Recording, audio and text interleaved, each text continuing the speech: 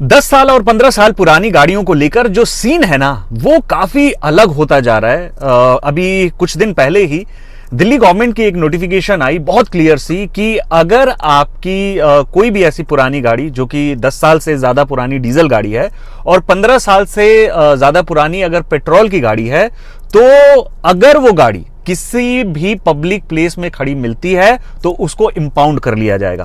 अब public place से आप ये सोचेंगे कि यार कहीं मैं मॉल की किसी पार्किंग में या ऐसी किसी जगह पर पार्क नहीं कर सकता, तो मैं आपको स्पेसिफाई कर दूं कि केवल यही नहीं बल्कि जैसे होता है ना कि कई बार फुटपाथ पर या फुटपाथ के किनारे या सड़क के किनारे या फिर कई बार ऐसा होता है कि आप अपनी सोसाइटी में भी गाड़ी को पार्क कर लेते हो, तो मैं आपको बता दूं कि ये सब कुछ जो है आप नहीं कर सकते हो। आपकी गाड़ी जो है इंपाउंड भी हो सकती है।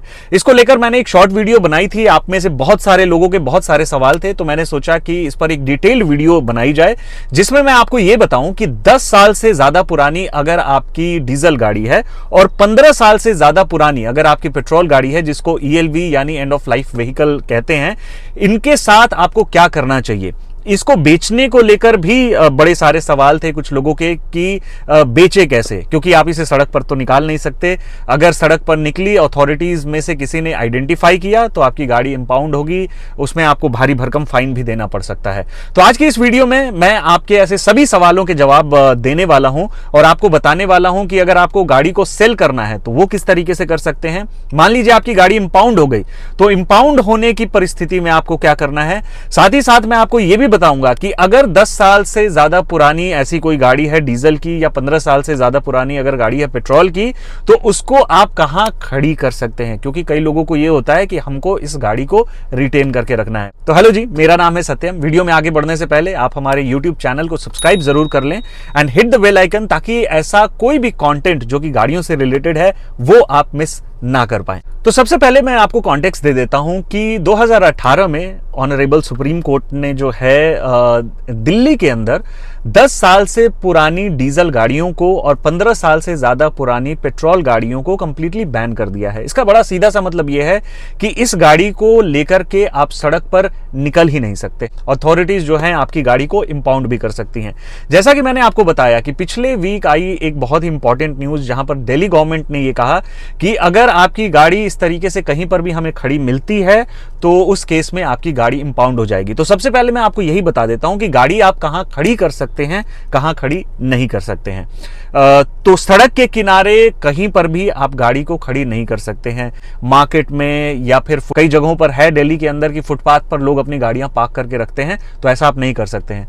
आप अपने घर के बाहर भी ऐसी गाड़ी को खड़ा नहीं कर सकते हैं। उस केस में भी जो आपकी गाड़ी है वो इंपाउंड हो सकती है। अगर आप किसी सोसाइटी में रहते हैं तो सोसाइटी में भी आप अपनी गाड़ी को ऐसे खड़ी करके कवर करके छुपाने के लिए नहीं रख सकते हैं। इस केस में भी अथॉरिटीज जो हैं आपकी गाड़ी को इंपाउंड कर सकती हैं, यानी आपकी गाड़ी को टो करके लेकर जाएंगे और उसको स्क्रैप कर दिया जाएगा, जैसी चीजें होती हैं।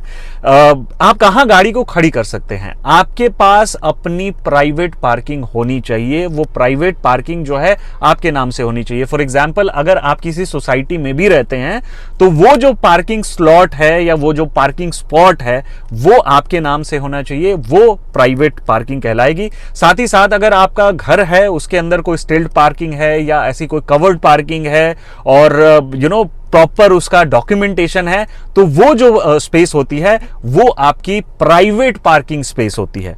अब बात करते हैं कि अगर मान लीजिए आपकी गाड़ी को इंपाउंड कर लिया गया या टो करके अथॉरिटीज उसको ले गई, उस सिचुएशन में आप क्या कर सकते हैं। पहला जो सिनेरियो आता है, जो पहली कैटेगरी आती है, वो ये कि कुछ लोग गाड़ी को पकड़े जाने पर ये कहते हैं कि हम तो भाई बाहर ले जा रहे थे बेचने के लिए, तो इसलिए हमारी गाड़ी को छोड़ दिया जाए। तो ऐसी परिस्थिति में आपको एक अंडरटेकिंग देनी होगी कि ये जो गाड़ी है ये दोबारा NCT जो है दिल्ली, उसमें कहीं भी दिखाई नहीं देगी, सड़कों पर ये नहीं चलाई जाएगी, या फिर आप इसको कहीं भी प्राइवेट पार्किंग स्पेस में खड़ा नहीं करने वाले। दूसरा, गाड़ी का जो रजिस्ट्रेशन सर्टिफिकेट होगा वो आपको जमा करना होगा। साथ ही साथ आपको एक एनओसी भी चाहिए होगा कि आप इस गाड़ी को जो है वो मूव कर रहे हैं आउट ऑफ दिल्ली एनसीआर। इस एनओसी के बारे में भी मैं डिटेल में आगे बात करने वाला हूं। बात अगर 4 व्हीलर की करें, अगर आपका 4 व्हीलर इंपाउंड हो गया है तो इसमें आपको 10,000 रुपीज की पेनल्टी लगेगी, प्लस टोइंग चार्जेस लगेंगे, प्लस पार्किंग चार्जेस लगेंगे, यानी कि जहां पर आपकी गाड़ी को इंपाउंड करके ले जाकर के खड़ा किया गया। जब ये तमाम सारे डॉक्यूमेंट्स आप सबमिट कर देंगे, उसके बाद जो अथॉरिटीज हैं वो आपकी गाड़ी को रिलीज कर सकती हैं। अब आते हैं सेकेंड कैटेगरी के ऊपर। जो सेकेंड सिनेरियो है वो ये कि आप अपनी गाड़ी को दिल्ली के बाहर शिफ्ट नहीं करना चाहते, यानी कि आप अपनी गाड़ी को एक प्राइवेट पार्किंग स्पेस में खड़ी रखना चाहते हैं और आप चाहते हैं कि भाई गाड़ी को आप ओन करें। मतलब कई लोगों का ये शौक होता है कि भाई मेरी गाड़ी बड़ी पुरानी है, मैं इसको रखना चाहता हूं। तो इस सिचुएशन में आपको क्या कुछ करना होगा, आइए वो भी मैं आपको बता देता हूं। सबसे पहला तो यही कि आपको एक अंडरटेकिंग देनी होगी कि आप अपनी गाड़ी को जो है एक प्राइवेट पार्किंग स्पेस में ही खड़ा रखेंगे और गाड़ी को दूसरी बार आप सड़क पर लेकर नहीं निकलेंगे। इसके साथ ही साथ आपको अपना जो प्राइवेट पार्किंग स्पेस है उसका एक प्रूफ भी जो है अथॉरिटीज को सबमिट करना होगा। नंबर 3, आपको एक आरसी की कॉपी जो है वो भी सबमिट करनी होगी। और जो चौथा क्लॉज है वो वही सेम है जो मैंने आपको बताया कि 10,000 रुपीज का उसमें फाइन आपको लगेगा, टोइंग चार्जेस, पार्किंग फीस वगैरह ये सारी चीजें लगेंगी। और इन सारे डॉक्यूमेंट्स के बेसिस पर अथॉरिटीज जो है वो आपकी इंपाउंड गाड़ी को रिलीज कर सकती हैं। अब इसमें यह भी एक सवाल आता है कि भाई मेरी गाड़ी तो दिल्ली में रजिस्टर्ड ही नहीं है, मेरी गाड़ी तो कहीं किसी और स्टेट की है, तो इस सिचुएशन में मैं क्या करूं। तो भाई इस सिचुएशन में भी आपकी गाड़ी इंपाउंड होगी, आपको ये सारी जो चीजें हैं वो फॉलो करनी पड़ेगी। बस एक चीज जो है, एक पॉइंट जो है वो उसमें अलग हो जाता है कि इसमें आपको जो अब अंडरटेकिंग देंगे तो इसमें आपको ये रीजन भी स्पेसिफाई करना पड़ेगा कि आपकी गाड़ी जो है यहां पर कर क्या रही है और आपने इस गाड़ी को क्यों निकाला। तो वो सारा रीजन भी आपको स्पेसिफाई करना पड़ेगा विद एन अंडरटेकिंग। बाकी सारी चीजें जो हैं वो सेम रहने वाली हैं जो मैंने आपको बताया पिछले कुछ पॉइंट्स में। इसके अलावा एक और पॉइंट होता है कि भाई किन गाड़ियों को जो है छोड़ा ही नहीं जाएगा। सो 2 इंपॉर्टेंट चीजें हैं या 2 इंपॉर्टेंट पॉइंट्स हैं जहां पर आपकी गाड़ी को, इंपाउंड गाड़ी को रिलीज नहीं किया जाएगा। नंबर 1, अगर दूसरी बार आपकी गाड़ी इंपाउंड होकर अथॉरिटीज लेकर के गई हैं, आपने कुछ अंडरटेकिंग दी या कुछ चीजें की लेकिन आप उन प्रोमिसेस को फुलफिल नहीं कर पा रहे हैं। और दूसरा, जो ट्रांसपोर्ट व्हीकल हैं, जो 10 साल से ज्यादा पुरानी डीजल व्हीकल है, अगर उसे इंपाउंड कर लिया गया तो उसको रिलीज नहीं किया जाने वाला है। अब आता है भाई सबसे इंपॉर्टेंट सवाल कि मान लीजिए आप गाड़ी चलाते हुए पाए जाते हैं, आपको अथॉरिटीज ने पकड़ा और इंपाउंड करने के लिए बोला और आपने बोला कि भाई मैं तो गाड़ी को बेचने के लिए बाहर ले जा रहा था।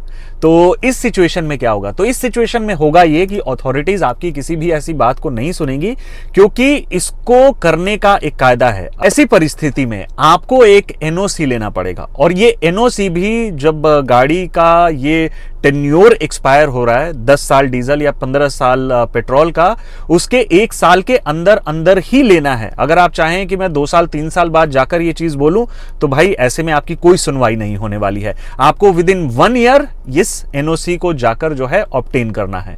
अब सवाल ये उठता है कि मान लीजिए आपकी गाड़ी इंपाउंड हो गई तो कितने टाइम में जो ये डॉक्यूमेंट्स हैं या सारी चीजें आपको कंप्लीट करनी है। तो मैं बता दूं कि विद इन 3 वीक्स आपको ये जो सारे स्टेप्स हैं ये कंप्लीट करने पड़ते हैं अगर आप चाहते हैं कि आपकी इंपाउंड गाड़ी को रिलीज किया जा सके। अगर 3 हफ्ते तक नो शो होता है, यानी आपकी तरफ से कुछ ऐसा नहीं होता है, तो व्हीकल को जो है वो स्क्रैप यार्ड के लिए भेज दिया जाएगा। मैं आपको यह भी बता दूं कि अगर सेकेंड टाइम आपकी गाड़ी को इंपाउंड किया जाता है तो ऐसे केस में आपको मोटर व्हीकल एक्ट के तहत कड़ी कार्रवाई का भी सामना करना पड़ सकता है। ऐसा नहीं है कि आपने उसको सिर्फ इग्नोर कर दिया या कोई इंपाउंड करके ले गया या टो करके ले गया तो आपने उसके बारे में कुछ नहीं किया। तो ये वाली जो परिस्थिति है ना, ये कुछ लोगों के लिए बहुत चैलेंजिंग हो सकती है, क्योंकि जैसा मैंने कहा आपको ऐसी परिस्थिति में कड़ी कार्रवाई का भी सामना करना पड़ सकता है।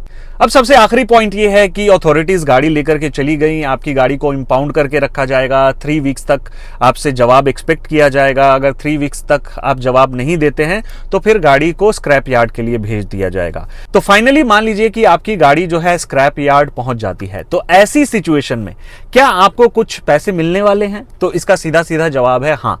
एंड ऑफ लाइफ गाड़ियों की स्क्रैप वैल्यू जो है वो डिटरमाइन की जाती है as 90% of the value of ferrous ferrous scrap component of the vehicle. जो स्टैंडर्ड फॉर्मूला होता है to derive the percentage of ferrous scrap, वो होता है 65% of the kerb weight of the vehicle. ऐसी परिस्थिति में 15 दिन के अंदर ऑनलाइन ये जो सेटलमेंट है वो आपके अकाउंट में आ जाएगा। अगर ऐसा है कि स्क्रैप वैल्यू कोई इंसान क्लेम नहीं करता या कोई व्हीकल ऑनर क्लेम नहीं करता, तो वो जो स्क्रैप वैल्यू है वो डायरेक्टली स्क्रैप करने वाली जो एजेंसी है उसके थ्रू गवर्नमेंट के अकाउंट में चला जाएगा। कुछ पर्क्स के बारे में हालांकि हमने जरूर सुना है, जैसे अगर आप नई गाड़ी खरीदने जाते हैं तो उसकी इनवॉइस वैल्यू पर 5 से 6% का आपको ऑफ मिल सकता है।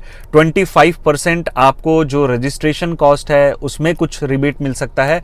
बट अभी तक इसको लेकर कोई बहुत क्लियर जो पॉलिसी है वो नहीं आई है। और मुझे ऐसा लगता है कि अगर कोई एक इंसान अपनी हार्ड एंड मनी से 12-15 लाख या 20 लाख 25 लाख या उसके ऊपर की गाड़ी खरीद रहा है, अगर उससे आप गाड़ी को ले रहे हैं और उसको ले जाकर एक तरीके से आप कूड़ेदान में डाल दे रहे हैं, तो भाई उस इंसान की हार्ड एंड मनी एक तरीके से बेकार हो रही है। और ऐसे में मुझे लगता है कि गवर्नमेंट को कुछ इस तरीके के बंदोबस्त या इंतजामात करने चाहिए जिससे कि ऑनर को भी एक तरीके का फाइनेंशियल डेंट ना लगे एंड उसका भी कुछ फायदा हो। बाकी आपका क्या ओपिनियन है? आप अपना जो ओपिनियन है वो कमेंट कर सकते हैं ताकि वो जो है अथॉरिटीज तक पहुंचे। बाकी ये वीडियो अगर आपको पसंद आई हो, ये वीडियो अगर आपको इन्फॉर्मेटिव लगी हो, तो हमें एक थम्स अप जरूर दे दीजिएगा। एंड गाड़ियों से रिलेटेड ऐसे तमाम कंटेंट के लिए, रिव्यूज के लिए मेरा जो चैनल है उसको जरूर सब्सक्राइब कर लीजिएगा and hit the bell icon, ताकि जब भी मैं कोई नई वीडियो डालूं तो नोटिफिकेशन आप तक पहुंच जाए। मिलते हैं नेक्स्ट वीडियो में कुछ और नई बातों के साथ, कुछ और नए कंटेंट के साथ। तब तक के लिए ड्राइव सेफ।